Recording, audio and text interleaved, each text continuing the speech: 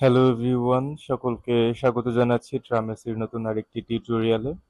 আজকে টিউটোরিয়ালে আমরা আমাদের যে দৈনিক আর্থিক প্রতিবেদনগুলো থাকে সেগুলোকে একটু দেখার চেষ্টা করব। তাহলে এর জন্য আমি শুরুতেই লগ ইন করে নেব। লগ ইন করার পরে আমি আমার বাঁ পাশের যে মেনু বার গুলো আছে, এখান থেকে আমি এই যে আর্থিক প্রতিবেদন নামে যে একটা মেনু বার আছে এখানে যাব। এটারই একটা সাব মেনু আছে দৈনিক আয়। তাহলে আমি আজকে দৈনিক আয়টা দেখব। তাহলে দৈনিক আয়ে ঢুকলাম। দৈনিক আয়ে ঢুকলে এ যাবত আমার যতগুলো আয় ব্যয়ের দৈনিক আয় হয়েছে প্রত্যেকটা ট্রিপ ওয়াইজ আমার এখানে হিসাবগুলো আছে।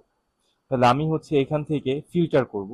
তাহলে এটার জন্য উপরে ফিল্টার অপশন, এখানে আমার একটা বক্স ওপেন হবে, চারটা বক্স। তো এখান থেকে আমি শুরুর ডেট এখানে দেব, যে কোন তারিখ থেকে আমি তথ্য দেখতে চাই। তাহলে আমি ধরলাম যে মে মাসের 1 তারিখ থেকে আমি হিসেব দেখব, এবং কত তারিখ অবধি দেখব, তাহলে মে মাসের 15 তারিখ অবধি দেখব।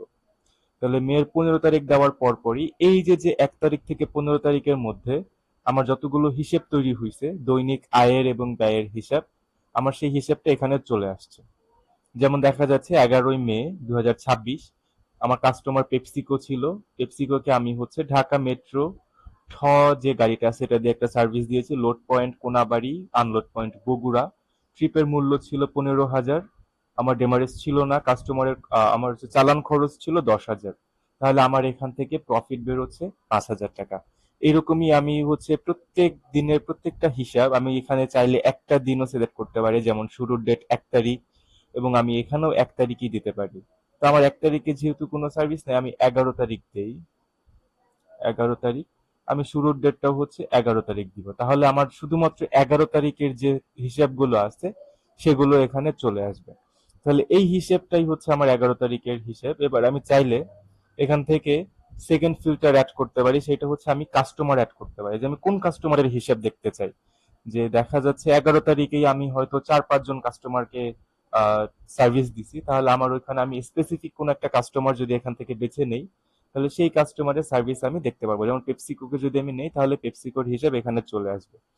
এরপরে তৃতীয় ফিল্টার, সেটা আমি গাড়ি চুজ করতে পারি, যে ওই 11 তারিখেই এই কাস্টমারকে আমি স্পেসিফিক একটা গাড়ি, যে কোনো একটা গাড়ি, এই গাড়িটা দিয়ে আমি কি কি সার্ভিস দিয়েছি। তাহলে আমি যদি এই এই গাড়িটা দেই 2076, এই গাড়িটা দিয়ে আমি ওকে একটা সার্ভিস দিয়েছিলাম, যেখানে আমার ট্রিপের ভাড়া আমি পাই নাই, হয়তো এটা ডিউ আছে।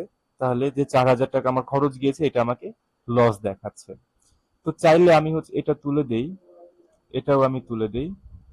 এবার আমি চাইলে এই যে যে ডাটাটা আমি পাইলাম এটাকে আমি প্রিন্ট করাতে পারবো। তাহলে এখান থেকে আমি প্রিন্ট করাই।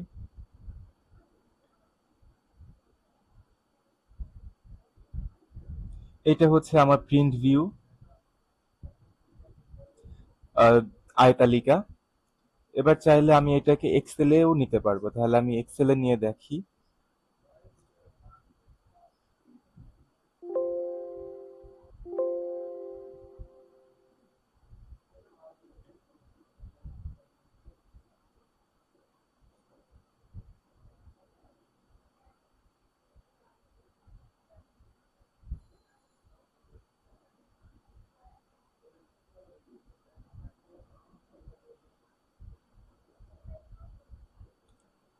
এইটা আমার এক্সেলের ডাটা। ওই যে যে প্রোগ্রামগুলো আমি ডেট রেঞ্জ দিয়ে সিলেক্ট করেছিলাম, ওই ডেটের প্রোগ্রাম। তাহলে এটা সকল তথ্য এখানে চলে এসেছে গাড়ির নাম্বার সহ। এটা ডাটা ভলিউম আপনি যেভাবে সিলেক্ট করবেন সেভাবেই আসবে। তাহলে আমরা এখান থেকে দৈনিক আয়ের এখান থেকে আমরা মোটামুটি আহ 4টা পয়েন্ট নিয়ে আলোচনা করলাম। প্রথম পয়েন্ট আমি ছিল যে আমি শুরুর তারিখ এবং শেষের তারিখ দিব। দ্বিতীয় পয়েন্ট, আমি কাস্টমার অ্যাড করতে পারবো, যে আমি আমার কাস্টমার ওয়াইজ হিসেব দেখবো কোন কাস্টমারকে। তৃতীয় পয়েন্ট, আমি কাস্টমার সিলেক্ট করার পরেও ওই কাস্টমারের থেকেও আমি গাড়ির অনুযায়ী হিসাব দেখতে পারবো। এবং চতুর্থ পয়েন্ট ছিল আমি এটাকে প্রিন্ট করাতে পারবো। এবং ফিফথলি, পঞ্চম পয়েন্ট, আমি এটাকে এক্সেলে ডাউনলোড করে নিতে পারবো। তাহলে আজকের ভিডিওতে এতটুকুই, পরবর্তী ভিডিওতে দেখা হবে।